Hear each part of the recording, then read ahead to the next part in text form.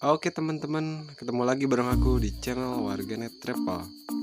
Teman-teman, kali ini aku mau sedikit berbagi informasi buat teman-teman yang mungkin belum tahu seperti apa sih kalau belut yang ada penghuninya, maksudnya lubang belutnya. Nah, ini kita ambil contoh kecil dari belut sawah dulu ya teman-teman. Pada dasarnya lubang belut sawah terlihat seperti ini, bulat ya. Dan belut kolam juga emang seperti itu, cuma bedanya kalau lubang belut di kolam biasanya nggak terlihat dari atas ya, harus kita raba-raba dulu. Seperti apa sih lubang belut kolam? Nanti akan bahas di video selanjutnya. Nah, ini akan kita jelaskan ya lubang belut yang ada di sawah dulu sebagai contoh ya. Mudah-mudahan teman-teman bisa paham dan semoga bisa terhibur. Nah teman-teman, ini adalah contoh dari lubang belut sawah ya. Emang sih butuh kesabaran untuk memancing belut, karena tidak semua lubang belut itu bisa langsung dimakan. Maksudnya tidak langsung memakan umpan belutnya. Ada yang butuh proses lama ya. Ini yang saya gunakan, ini contoh tidak baik. Jadi menggere-gere, memancing terus pergi. Nah ini biasanya orang-orang seperti itu. Jadi baru 15 menit atau nggak nyampe 15 menit, 5 menit udah pindah gitu. Sebenarnya kalau belut besar teman-teman, belut besar itu butuh waktu lama untuk membakar umpan teman-teman. Jadi kita harus sabar, tunggu gitu ya. Biasanya kalau belut garung, apalagi belut garung itu aku pernah pengalaman nyampe 3 jaman, 2 jaman baru nyampe, baru makan.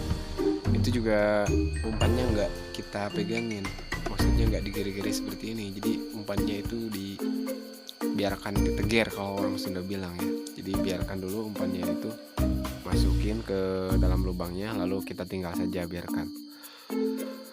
Teman-teman, pada dasarnya itu lubang belut ya yang ada penghuninya biasanya berupa itu, si lubang itu bila kita raba ya. Biasanya kalau belut besar di kolam itu kan diraba dulu ya. Jadi si lubangnya itu bulat, terus ada sedikit licin-licin di pinggirnya, kayak licin belut aja gitu. Jadi di pinggir lubangnya tuh licin-licinnya itu ada gitu. Nah yang ini yang aku liatin ini seperti ini. Kalau lubang belutnya itu belutnya deket. Jadi kalau lubang belut dekat terus airnya sangat sedikit, sampai di air dangkal gini, jadi akan kelihatan si air itu keluar. Jadi pas kita masuk, kita lihat pergerakan airnya dulu. Biasanya airnya akan keluar kayak sumber mata air gitu, dan nggak lama itu pasti si belut ini akan menyambar. Sangat simpel sekali teman-teman sebenarnya untuk lubang yang airnya dangkal. Cuma yang susah itu membedakan ya kalau di sawah, contohnya lubang belut sama lubang ular. Saya juga pernah ngalamin kejadian nih. Kadangkala di sawah itu rawan sekali kalau ularnya itu ada di tengah-tengah ya. Jadi emang lubang ular tuh mirip kayak lubang belut. Cuma kalau yang namanya pengalaman saya, kalau ular itu nggak langsung nyambar kayak belut. Jadi kayak gimana ya, kayak dipatuk-patuk gitu dulu, dipatuk-patuk dikit. Nah kita harus hati-hati itu kalau dipatuk-patuk dikit kayak gitu, nggak langsung dicampur. Bahasa Sunda, maaf teman-teman, campur sedikit ya. Ntar komen aja kalau ada bahasa saya nggak paham. Nah ini contoh kecil nih dari lubang belut. Wah ini kalau lubang belut sawah udah kayak gini, ini kita tunggu aja nih, tunggu sabar, gere-gere terus. Biasanya kalau yang bulat sempurna seperti ini, ada airnya, wah ini bakalan jadi pemandangan yang bagus teman-teman, karena biasanya si belut akan dekat dengan lubang. Nah ini saya, emang sih ini belutnya kecil, tapi lihat pergerakan air di lubangnya teman-teman. Semakin kita masukin umpan ke dalam, maka itu airnya akan semakin ke atas tuh. Ini tandanya si belut udah mendekat teman-teman. Lalu kita putar-putar aja pancingannya sedikit, jangan terlalu keras ya. Dan bila itu kan berhenti ya, berarti si belutnya ini ragu, ini bener mangsa dia atau bukan ya. Jadi kita angkat dikit dulu, lalu masukin lagi, putar-putar pelan, tunggu sampai si belut ini benar-benar yakin kalau ini mangsa saya gitu maksudnya. Nah itu dia teman-teman. Dan satu lagi teman-teman, jadi kita nggak boleh banyak gerak ya teman-teman, apalagi kalau untuk belut babon, belut besar. Biasanya kita di galengan itu banyak yang mancing sampai 5 orang, 3 orang, banyak yang kesana kemari.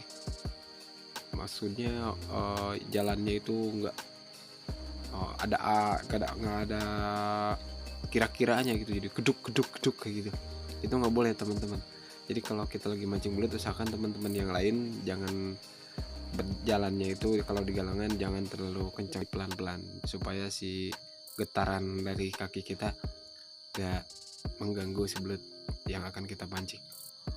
Nah ini emang butuh waktu lama teman-teman untuk mancing belut kayak gini. Dan untuk kailnya sendiri teman-teman bisa gunain kail dari produk alat pancing. Maksud alat pancingnya apa? Bisa kail nomor 10. Saya kalau gunakan, kalau merek saya nggak bisa sebutin ya, takutnya disangka promo gitu. Pokoknya ukuran kail yang agak gede. Tapi dalam penarikan yang namanya kail pancing kayak gitu harus benar-benar pelan-pelan, soalnya rawan patah teman-teman. Oke teman-teman, sekian dulu tutorialnya. Semoga teman-teman bisa langsung dipraktekkan di lokasi memancingnya. Terima kasih sudah menyimak video saya. Mohon maaf bila ada salah kata, dan pokoknya sampai bertemu di video selanjutnya. Dan di sini juga saya belajarnya dari pengalaman saya ya. Jadi saya juga bukan ahlinya di bidang belut. Saya nggak merasa seperti itu. Tapi mungkin teman-teman bisa bertanya tentang kesulitan apa yang teman-teman alami. Dan kalau saya pernah mengalami itu atau saya tahu, pasti saya akan sharing ke teman-teman. Terima kasih teman-teman ya. Mohon maaf bila ada salah kata. Sekali lagi, wassalamualaikum warahmatullahi wabarakatuh. Salam nguruk mania, mantap.